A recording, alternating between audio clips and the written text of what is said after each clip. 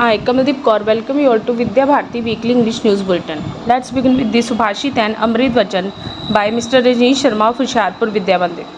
पुस्तकस्थातु या विद्या परहस्तगतं च धनं कार्यकाले समुत्पन्ने न सा विद्या न तद्धनम।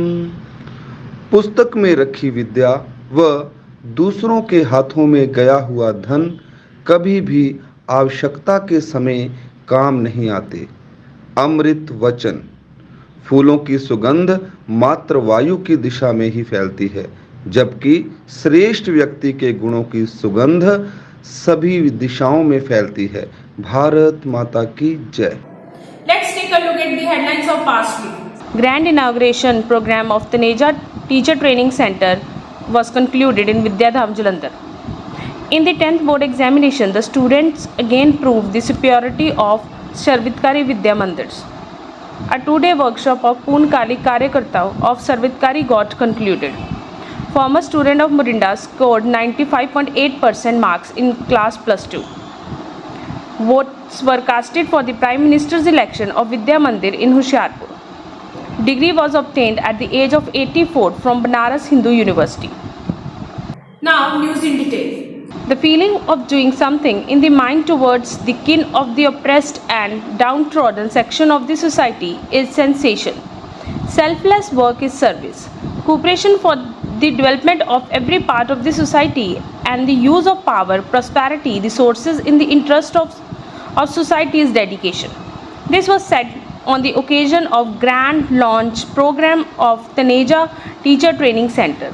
Calling upon the enlightened citizen present in the packed Dr. Ambedkar Auditorium of Vidyadham, Rajendra Kumar said, "Let us all move ahead of our family and work in the interest of society."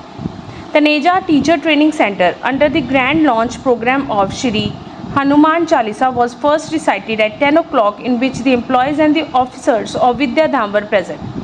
Giving information about Taneja Teacher Training Center, Finance Secretary of Sarvitkari Shiksha Samiti, Mr. Vijay Thakur said that in this center there will be a system of training 50 teachers simultaneously.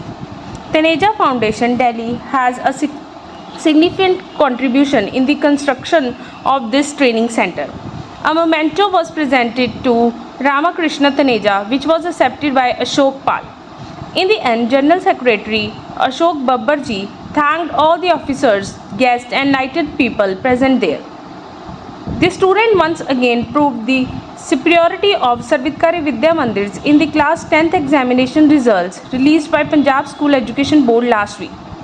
Till the time of writing this news, the number of students who have scored more than 90% marks is 30, while still receiving news continuously. More than 95% of the students scored more than 60% marks.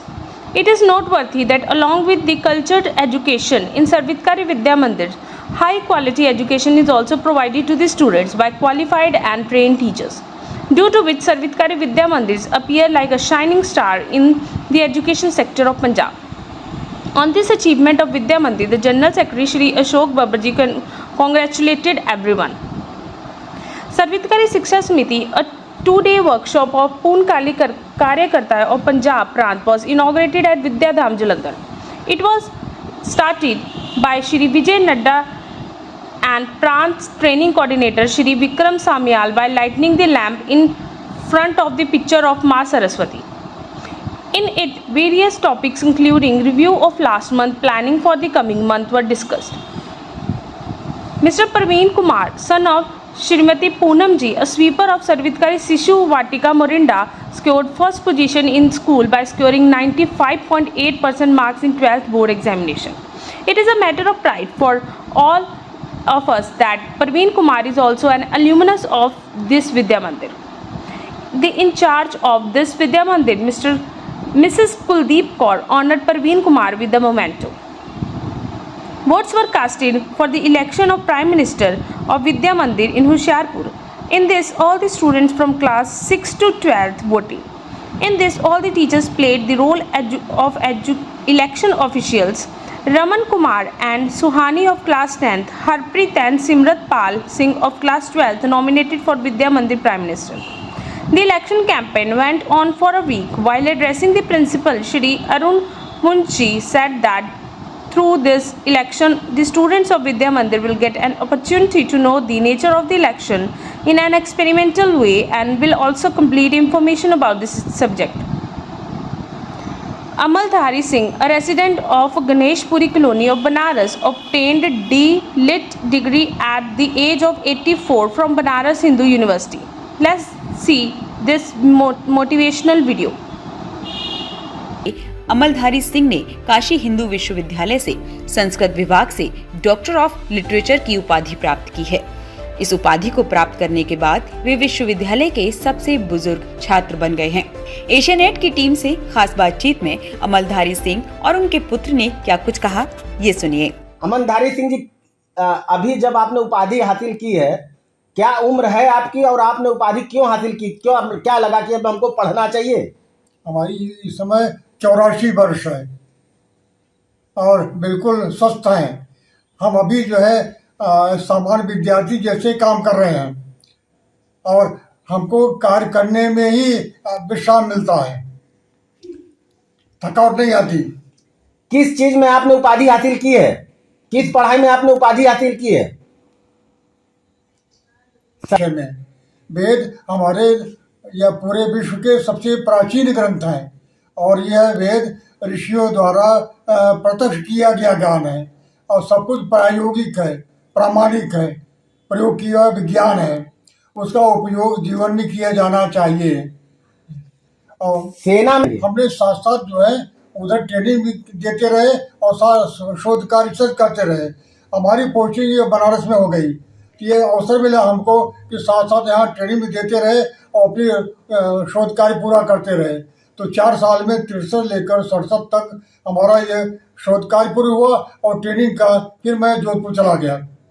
और मेरा अपना यही था कि हमारे गुरुजन बड़े अच्छे रहे, उनसे जो विद्या ली है उनको नहीं लौटा सकते, हमको दूसरों को देना है मिला करके, ये उद्देश्य हमारा रहा। इसलिए बराबर परिश्रम में अध्ययन करते रहा जो है। 22 जुलाई 1938 को यूपी के जौनपुर जिले में अमलधारी सिंह का जन्म हुआ था। बचपन से उन्हें पढ़ाई के लिए जज्बा था और वो उम्र के इस पड़ाव तक जारी रहा। अमलधारी सिंह कहते हैं कि सीखने की कोई उम्र नहीं होती। उन्हें खुद को हर समय व्यस्त रखना अच्छा लगता है। काम करने से उन्हें आराम मिलता है। 1966 में उन्होंने BHU से PhD की थी। PhD की पढ़ाई के दौरान उन्होंने BHU NCC में वारंट ऑफिसर के पद पर 4 साल तक अपनी सेवाएं दी। पिता की उपलब्धियों पर बेटे ने क्या कहा, ये सुनना भी दिलचस्प होगा। विक्रम जी, आज आपके पिताजी कितने उम्र में हैं और जिस तरह से उन्होंने आज D.Litt की उपाधि हासिल की है, क्या कहना चाहेंगे? उसके लिए परिवार को कितना प्रेरणा मिलता है और उनका जो सेवा रहा है, क्या उनका सेवा रहा? जी, पिताजी की उम्र इस वक्त 84 वर्ष की उम्र हो गई है और इनका वेद और सनातन धर्म की तरफ हमेशा से झुकाव रहा है। शुरुआत इन्होंने सेना से की, उसके बाद जोधपुर विश्वविद्यालय में शिक्षण कार्य किया, फिर बैसवाड़ा डिग्री कॉलेज रायबरेली में प्राचार्य रहे, उसके बाद BHU है। रिटायरमेंट के बाद इनका सनातन अध्यात्म में झुकाव था, वेद की तरफ जो इनका समर्पण था। उसके बाद उन्होंने ऋग्वेद की सांख्यान शाखा के ऊपर शोध किया और उसी का परिणाम है कि उस पर D.Litt करके इसको पूर्ण किया। जब D.Litt की आज उपाधि उनको मिली है, क्या उनकी उम्र है? 84 वर्ष। 84 वर्ष की उम्र में जो प्रेरणा वो दे रहे हैं, क्या कहना चाहेंगे? जिस प्रेरणा से हम सभी लोगों को ऊर्जा मिली है और हम ही लोग भी सनातन धर्म की तरफ बहुत आकर्षित हुए हैं और चाहेंगे कि ज्ञान की परंपरा बढ़े, इस पर रोज नए रिसर्च हो और कोई नई चीज निकल के सामने आए। डॉक्टर ऑफ लिटरेचर की उपाधि हासिल करने के बाद अमलधारी सिंह BHU के सबसे बुजुर्ग छात्र बन गए हैं। उनके काम करने की ललक और जीतने का जज्बा आज के विद्यार्थी और युवाओं के लिए प्रेरणा है। वे कहते हैं कि हर किसी में कुछ नया सीखने की ललक होनी चाहिए। अमलधारी सिंह भारत के पूर्व प्रधानमंत्री जवाहरलाल नेहरू से भी सम्मानित हो चुके हैं।